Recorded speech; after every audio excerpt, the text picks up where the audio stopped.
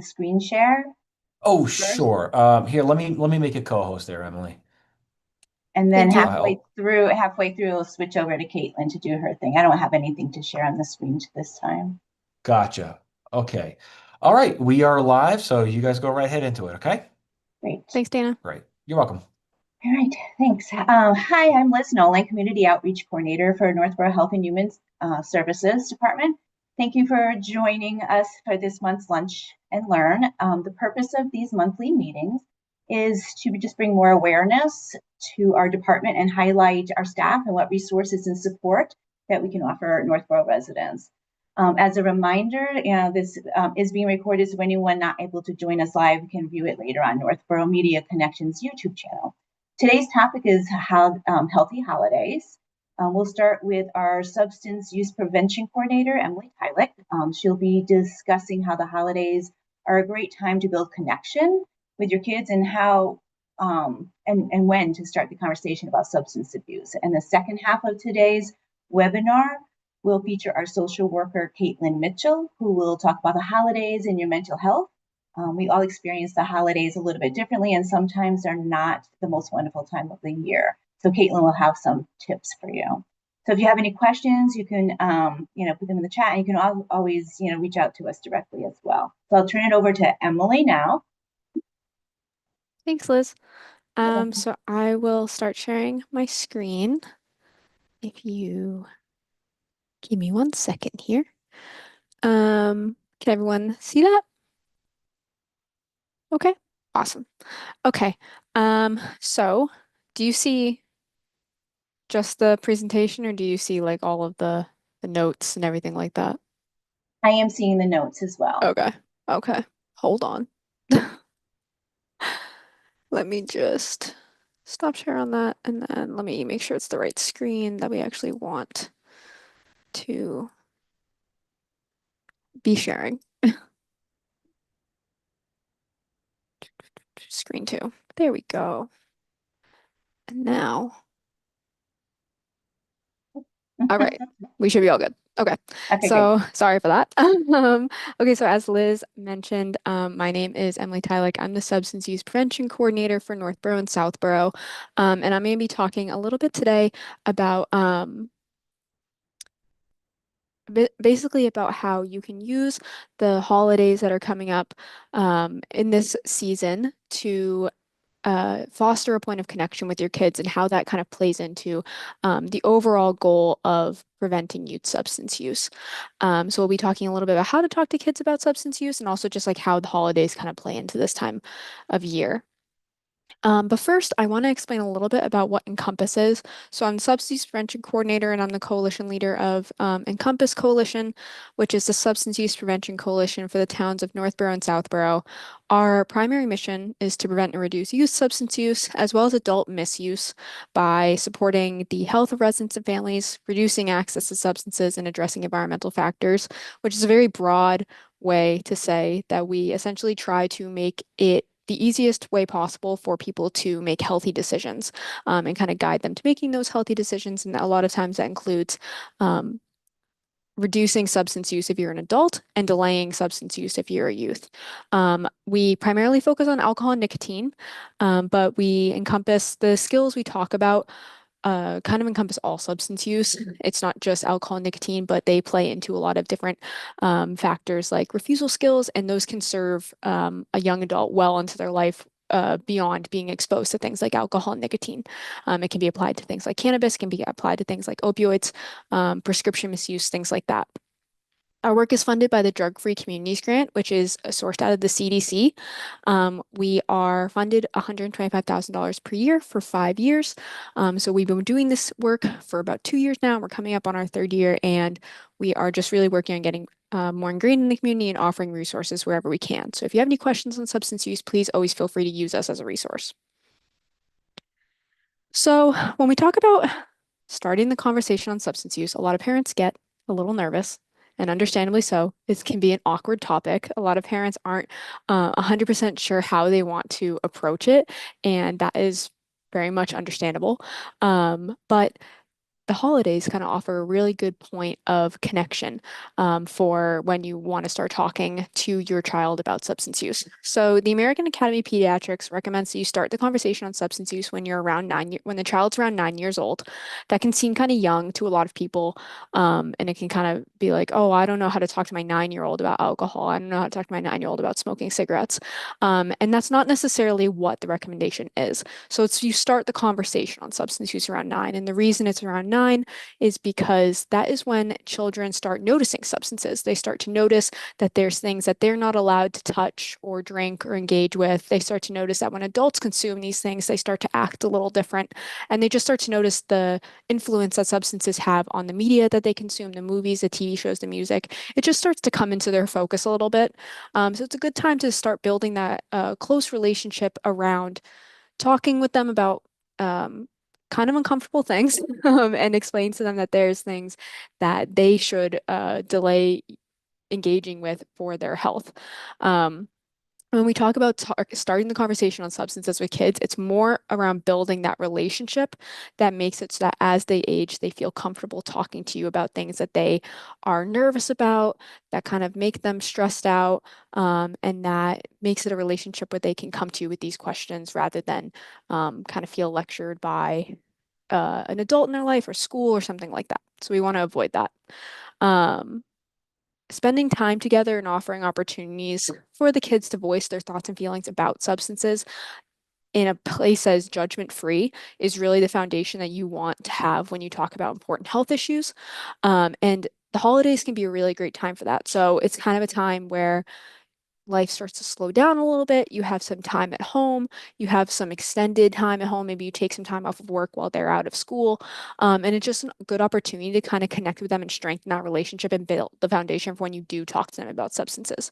So these million little to small points of connection, not one big scary singular act, is really what we want to drive home. It's not going to be one singular conversation that's going to prevent your child from trying alcohol when it's offered to them or trying a cigarette when it's offered to them. It's going to be those small points of connection that really build the relationship where they feel supported by the adult or parent or caregiver in their life. So when they're home from school, or when you're driving to your grandparents' house for Thanksgiving next week, or when you're getting ready to go to Christmas or whatever other holidays that are coming up in, the winter season, it's just a good opportunity to connect with the kids. What do they notice so far? Have any of their peers been talking about it? Um, how does it make them feel when they see certain things in movies? If you've ever noticed, sometimes Christmas movies have a crutch of a joke where they talk about using alcohol as a way to like get through the holidays. How does that make them feel? Did they notice that that's kind of an odd thing to say? Things like that is really a good opportunity to connect with them on that. And spending 15 minutes a day of one-on-one time with your child is really going to drive home those point of connections. You can eat meals together. It doesn't have to be the big meal of the holiday. It can be smaller meals across the whole break, and begin incorporating this information, age-appropriate factual information into the conversation because kids like to hear the facts of why things are bad for them, and make it a personal connection for them. So if your child is really interested in sports, or if your child's really interested in music, or if they're on an academic team or something like that, talk to them about how substances would impact their ability to do well in those things. The points of passion are going to be what really informs your refusal skills. So if your child is a soccer player, why would smoking cigarettes hurt their lungs, which would hurt their ability to run fast on the soccer field? Why would drinking hurt their balance and make it so that they're not as good at, kicking across the field if they're, playing soccer or football or something like that? And that can go for music, that can go for art, that can go for if they're on a math team or like an academic triathlon team, like stuff like that. And just make it really personal and work with them on developing these refusal skills. And over time, these conversations are going to make your child feel really seen because you're making it personal to their interests, and they're going to feel really connected that they can come to you if they are offered an opportunity to try these substances. And it's just a really good way to incorporate information that's specific to your child, but that drives the message home of this isn't something that is healthy or safe for a developing body or brain. Let's see if it lets me change the cool. Okay. So we have a couple resources if because we're talking a lot about how to use the holidays to connect with them, and that is really important. It's a good opportunity, but how to actually carry on the conversation. A lot of parents get kind of stuck up in the wording and things like that. A lot of parents struggle with the idea of if they use a certain substance, how do they tell their child not to use that substance? And there's a lot of different resources for that. Of course, Encompass is a resource. You can always reach out at any time with any questions. We have a website, we have an Instagram, we have a Facebook page, but you can also always reach out directly to me. I'm sure my contact information will be somewhere on this. I don't know. But we also have SAMHSA Talk They Hear You, which is a federal campaign. They have specific conversation goals and guides to kind of talk to your child about substance use for the first time. And we provide a lot of those resources as well. So you can also check those out on their website, but also on our website. Parents Empowered is another great resource. They're a foundation that's actually based on Utah, but they do a lot of education and parental roles in protecting the development of happy and healthy children. They have a lot of games that you can use for younger children to kind of guide the conversation and conversation starters. And of course, your child's pediatrician. If you have specific concerns about substance use in your family or things that your child might have struggled with in the past, they're always a really good resource as well. But of course, you can always reach out to us as well. And that's kind of it. Of course, we always want to encourage you guys to have a safe and happy holiday season. If you have any questions, substance use related, childhood development, and substance use related, of course, reach out to us at any time. Great. Thank you, Emily. That was a lot of great information in a very short period of time. You did it. And yeah, if anybody needs to contact Emily directly, go to the town website under our department, and all of our contact information is there, as well as Facebook and Instagram. We are going to turn it over to Caitlin Mitchell, our social worker. So we will just switch places a little bit, and then we'll just have her be able to share the screen. Yeah, I got that. I'm gonna pull up sharing the screen right now. Just do a full percent. Oh, there we go. I see that. Okay, great.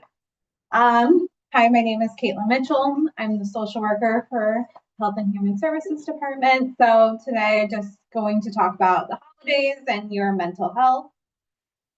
So according to the American Psychiatric Association in 2024, 28% of Americans say they experience more stress related to the holiday season than they did last year. Causes of stress do vary, but the top ones were, of course, affording holiday gifts, grieving a loss, missing a loved one, and also dealing with challenging family dynamics. Okay, there we go.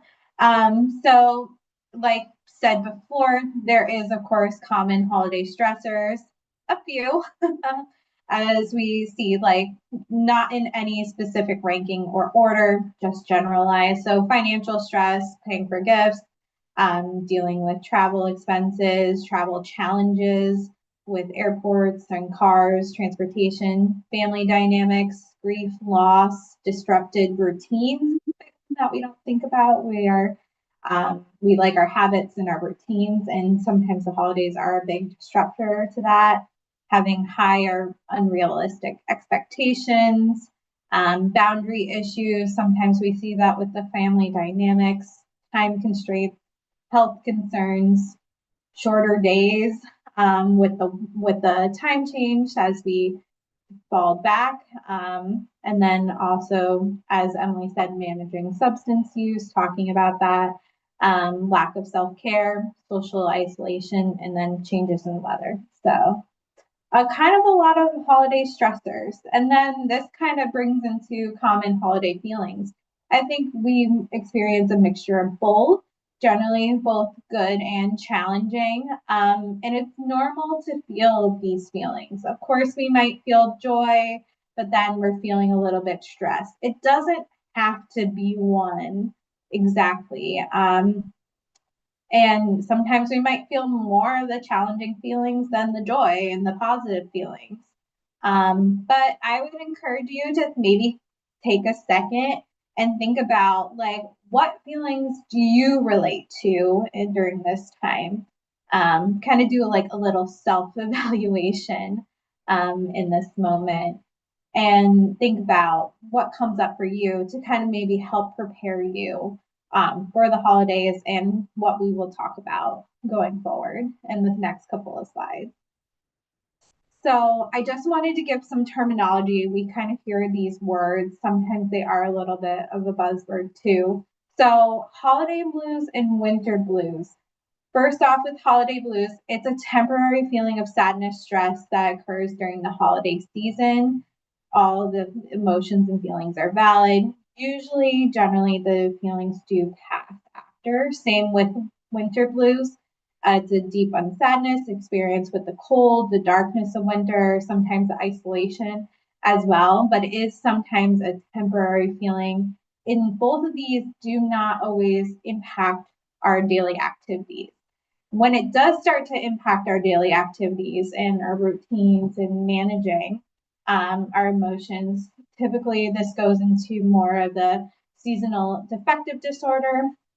So similar to winter blues, but it's more diagnosed as a depression that occurs during this certain seasons of the year. So we typically hear of SAD, our seasonal affective disorder, more in the fall and the winter than we do in the spring and the summer, but some people do experience different emotions in the seasons.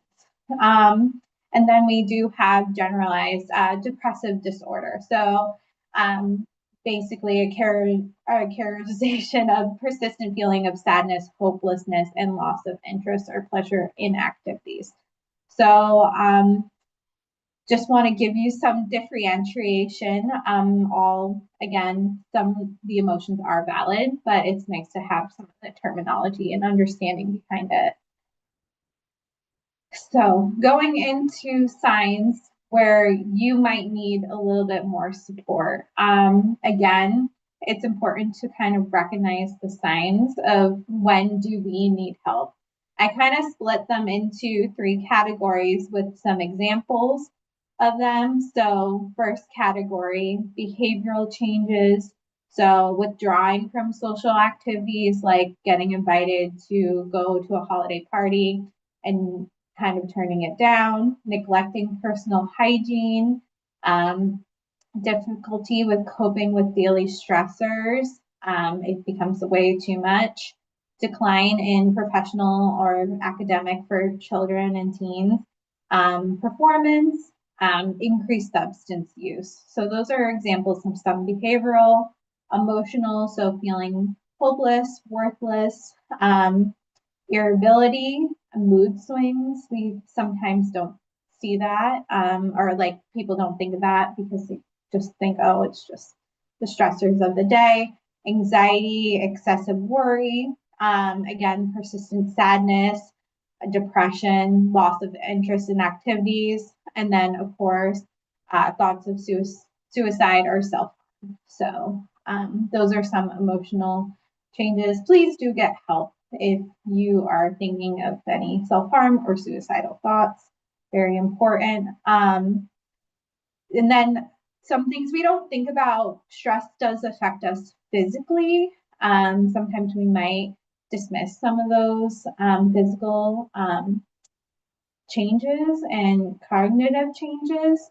So, but it's good to be aware of how is stress affecting us. So sometimes people might feel fatigue, lack of energy, physical aches and pains. Sometimes it might even enhance those aches and pains as well, that if somebody's dealing with like arthritis, it might enhance that a little bit more with being stressed. Changes in sleep or eating patterns, which is very important as well. I know sometimes people talk about overeating during the holidays or avoiding to not overeat with, especially around eating disorders. Exacerbating current medical system symptoms or pains, confusion, forgetfulness, again, due to so much stress, sometimes we might feel that overwhelmed and get confused. Negative self-talk and difficulty concentrating or making decisions. But again, it's important to recognize what are the things coming up for you during this time if you're experiencing this, or even for somebody else. Sometimes we might notice changes in loved ones or friends, and see these signs, and really encouraging them to ask for help. And like, if you're feeling this way, you're not a burden. So going into this, I think these are just some generalized things. Everybody kind of has their own sort of processing of how do they work on their coping skills. So acknowledging, like, if somebody is, or you or somebody is experiencing holiday blues or winter blues, know that it's a common experience that many people face. I feel like sometimes people might feel alone in that. And then also having realistic expectations and boundaries. I think sometimes we get that high expectation of we got to do everything on this Christmas extravaganza list, or whatever holiday that you celebrate list of these are the key things that we need to get done, but being realistic with yourself of what can you do, what can you manage. Sometimes we're not able to attend that party or celebrate with this loved one. So, and then having boundaries as well to kind of help those expectations with either ourselves or with others. Plan budget early. I know that's an important one. Also, maybe not going over budget, to sticking with your guidelines and trying your best. Maintaining healthy habits. So really encourage you to try to get rest, try to keep your healthy habits during this time and not really dropping them. It's okay if it happens, we can always pick back up again, just starting again too. And then utilizing your coping skills.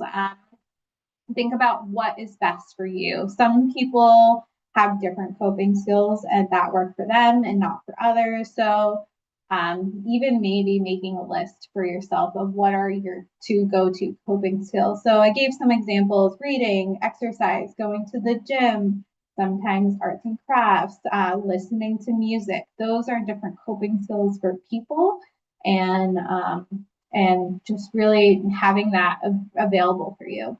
Also, I think dealing with the next point of kind of for people who are feeling lonely, creating new traditions that bring you or your family happiness. Sometimes we're not always able to celebrate with loved ones, and having those new traditions for yourself sometimes will kind of help cope during the holiday season. A big one, limit your time on social media during the holidays to prevent triggering unnecessary comparisons. Because we always want to show that, like, I think a lot of us try to show, like, on social media what the fun things that we're doing, and sometimes that's not always a bad thing, but I think sometimes we might compare ourselves, and it's okay to limit your time on social media and to prevent that from happening or feeling left out and lonely, and just being appreciative of what you're doing during the holidays or who you're spending it with. And then ultimately, if you're feeling overwhelmed, please reach out to mental health services. Again, you're not alone during this process. I will, I think in 2 slides from now, give some mental health resources as well to kind of help support during the holidays. And then going into supporting others. Sometimes we do want to help our friends and families, other people that we know. So here are some ways to just kind of help them during the holiday season. Again, be aware of those signs that somebody might need help if you're noticing these big changes. Offer to be there for them or to help them. I think that's important, along with the next point of being present with the person and listening without judgment. Validate how they are feeling. It's always nice to get that validation back on what are you feeling in the moment. And then also help guide them towards professional support if needed. And if they don't want that guidance, at least providing them a list as well of mental health resources is also important, because then they can go back and reevaluate if they decide to want to get that professional support. And it's also nice to know from somebody else that you're willing to help them. So on to our next slide, resources for the holidays. So I have our suicide prevention lifeline. It's just basically 988. You can call anytime, 24/7, confidential conversations with a trained crisis counselor.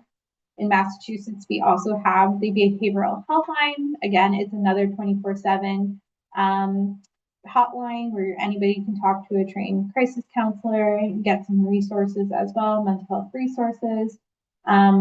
Anytime during the day, we do have a text line in addition to, so people can text them as well as calling. So, and then we do have a crisis team that covers our area through advocates. Mobile crisis team, again, they're another 24/7, 365. All of these resources are even on holidays as well. Advocates, the mobile crisis team, can come to you in person in either homes, they go into schools and other community settings. So it doesn't have to be necessarily within your home. We also we're connected with the Interface Helpline.